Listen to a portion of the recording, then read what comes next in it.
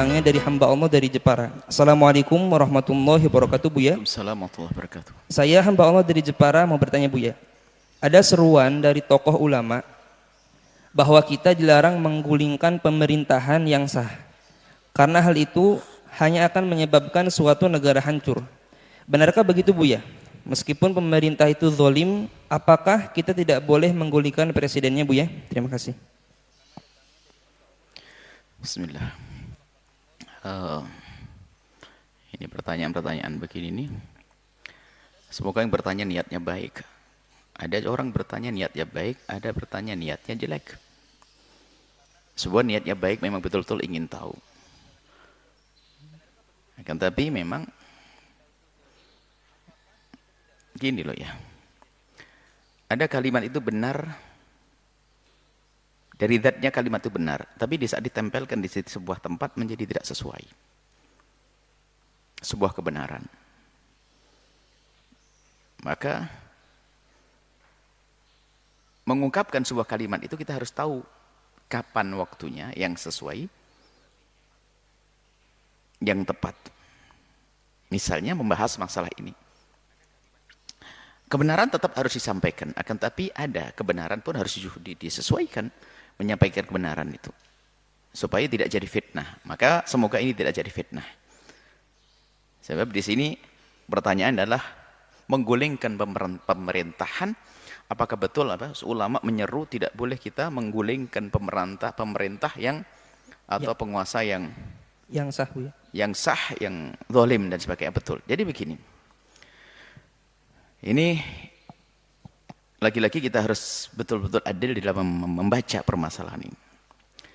Bicara tentang permasalahan agama, hukum, disebutkan oleh para ulama kita ahli sunnati wal jamaati bahwa tidak diperkenankan kita keluar dari imam, biarpun imam itu fajir. Keluar ini maknanya membuat pemberontakan, keluar dari kepemimpinannya, lalu membuat sebuah kepemimpinan yang baru. Itu tidak perkenankan. Dan itu karena apa? Itu membahayakan sekali. Bisa jadi nanti ada satu balasan daripada pemerintahan tersebut yang memang pemerintahan itu zalim, kemudian bisa membuat kerusakan yang jadi korban adalah rakyat itu sendiri. Sehingga dilarang. Di dalam akidah kita ahli sunnati wal jamaati. Ini adalah kalimat benar. Dan memang itu yang ada. Akan tetapi, kalimat ini apakah bisa diberlakukan kepada sebuah kegiatan dilakukan oleh seseorang misalnya? Apakah ini sama? Nah ini menyamakan sesuatu yang berbeda, ini bermasalah. Contoh, kaum buruh membuat demo, mencari keadilan agar diperhatikan. Apakah langsung serta-merta kita katakan ini adalah melawan pemerintah keluar dari imam? Ya enggak dong. Wong demo sendiri kan diizinkan sesuai dengan prosedur. Apakah setiap sekelompok kaum yang membuat kritikan kepada negara langsung dianggap sebagai penggulingan kekuasaan? Ya enggak dong. Apakah di saat suatu ketika ada kampanye mempromosikan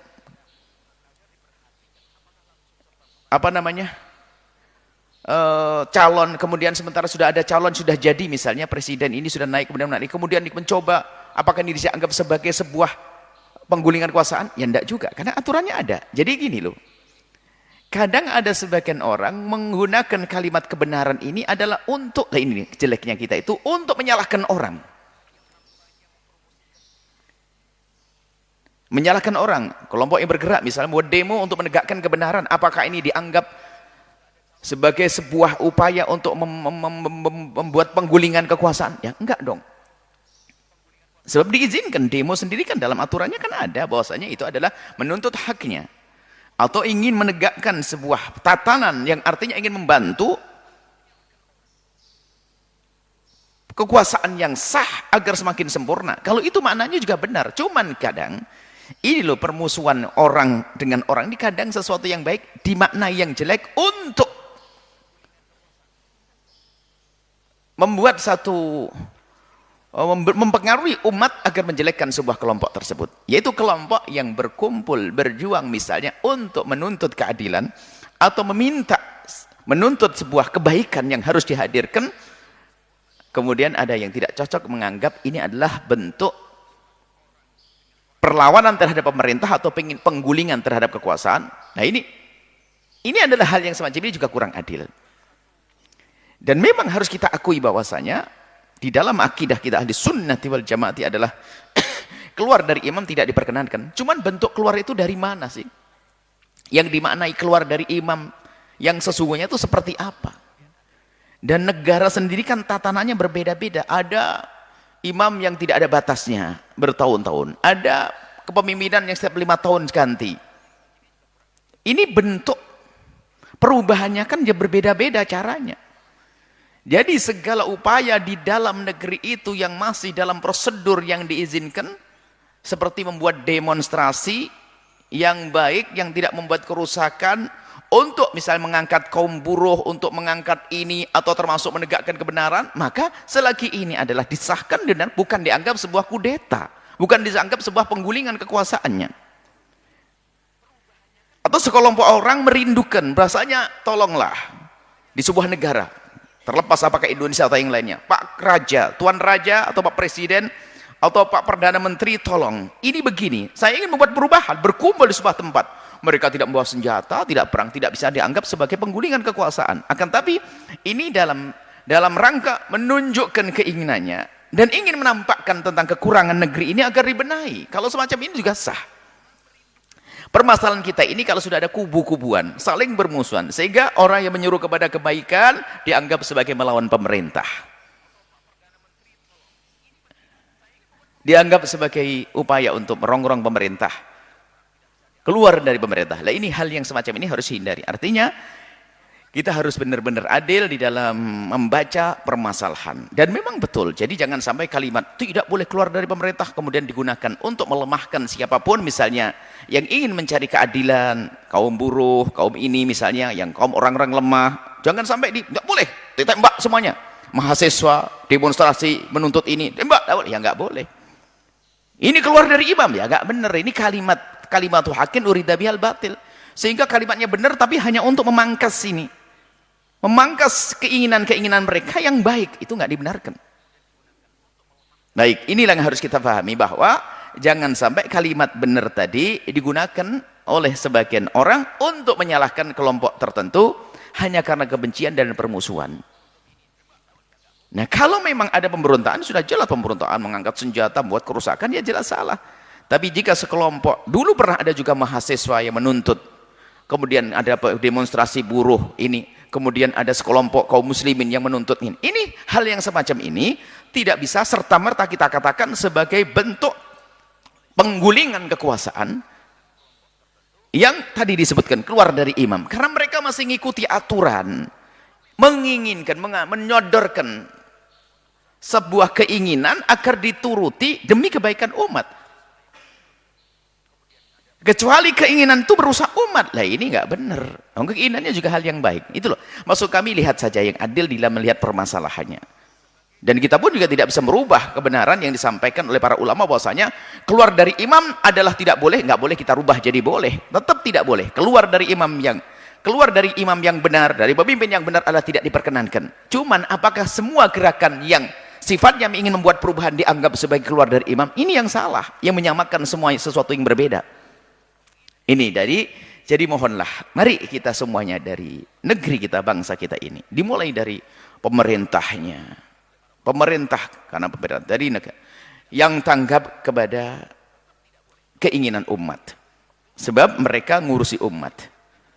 Tanggap artinya apa? Segala keinginan kebaikan untuk membuat perubahan, hendaknya segera kita sambut. Supaya apa? Di dalam hati masyarakat itu tenang karena kebaikan. Kecuali kalau ada rakyat menginginkan ketidakbaikan, oh jangan dituruti. Kalau mau dihukum yang demikian itu. Kalau yang diinginkan kebaikan, maka hendaknya disambut.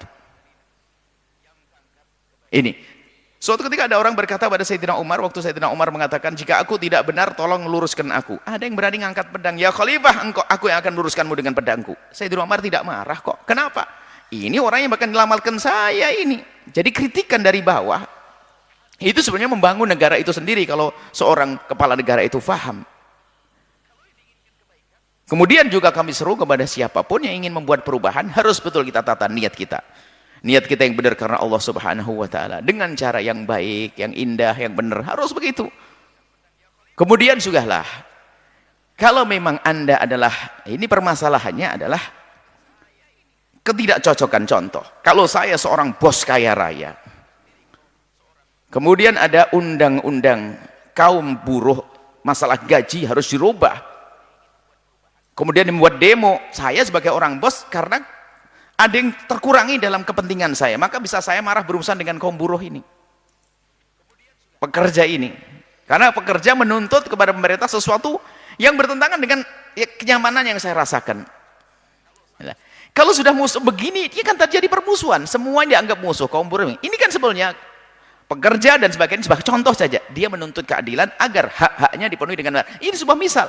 Maka saya sebagai orang yang punya pegawai pekerjaan, ya ini hal kebaikan supaya tidak zalim, benar saja, nggak ada masalah. Tapi jika setiap gerakan itu saya anggap selagi tidak sesuai dengan keinginan saya menjadi musuh saya, maka saya berprovokasi. Oh, ini pekerja membuat kerusakan, dia melawan pemerintah karena saya orang kaya. Wah, ini kenyamanan saya sebagai seorang pengusaha akan terganggu dah. Wah, repot nih. Lalu menyuarakan bahasanya ini pekerja ini telah membuat kerusakan, dia adalah melanggar pemerintah. Nah, ini karena kejelekan saya. Tapi kalau kita dengan akal cerdas menanggap, oh dia menginginkan sebuah kebaikan untuk mereka dan ini sah. Tinggal saya mengulang penghitungan saya bagaimana masalah penggajian, bagaimana pemberian kepada mereka, apa yang harus mungkin hadiah segala macam tambahan. Kita pikirkan. Jadi jangan serta-merta kita menilai semua yang berbeda dengan kita itu musuh kita, sehingga kita pun akan mengambil sebuah kebenaran untuk menjatuhkan musuh. Padahal kebenaran itu, padahal musuh itu tidak berada di tempat yang bisa disalahkan oleh sebuah kebenaran. Kayak tadi, orang mengadakan demo langsung gara-gara saya tidak cocok dengan kelompok tersebut, langsung, wah ini Islam melarang keluar dari imam, maka ini keluar dari imam. Loh, kok gampang sekali kita menilai orang demonstrasi, ada orang menginginkan sebuah kebaikan, lalu kita sebut sebagai orang yang keluar dari pemerintah. Ini kan berlebihan saya. Jadi mari kita adil semuanya. Kita pengen negara ini tentram. Kapan negara ini tentram? Jangan saling suudon, jangan saling prasangka. Selagi ada orang niatnya, tujuannya baik, niatnya baik, yuk kita dukung. Kalaupun kita menemukan cara yang tidak baik, bukan tujuannya yang kita hentikan dong. Tujuannya baik, caranya kurang baik, yuk kita benahi caranya, jangan dihentikan. Jangan dihentikan keinginan baiknya. Keinginan baik kok dihentikan? Kalau keinginan baik dihentikan, berarti kebaikan tidak boleh dong disebar di negeri kita ini. Seperti itu. Semoga Allah menjaga kita semuanya. Tolonglah, yuk kita hindari daripada saling caci, saling prasangka. Dan juga jangan membiasakan kita mencari pembenar untuk hawa nafsu kita, untuk keinginan pribadi kita, untuk keinginan kelompok kita. Akan tapi mari kita menomorsatukan kemaslahatan bangsa ini, kemaslahatan umat ini. Biarpun kita harus rela menjatuhkan kepentingan pribadi kita, menggugurkan kepentingan pribadi kita demi kepentingan masyarakat yang lebih luas, keindahan dalam kebersamaan. Ini saja. Wallahu a'lam bishawab.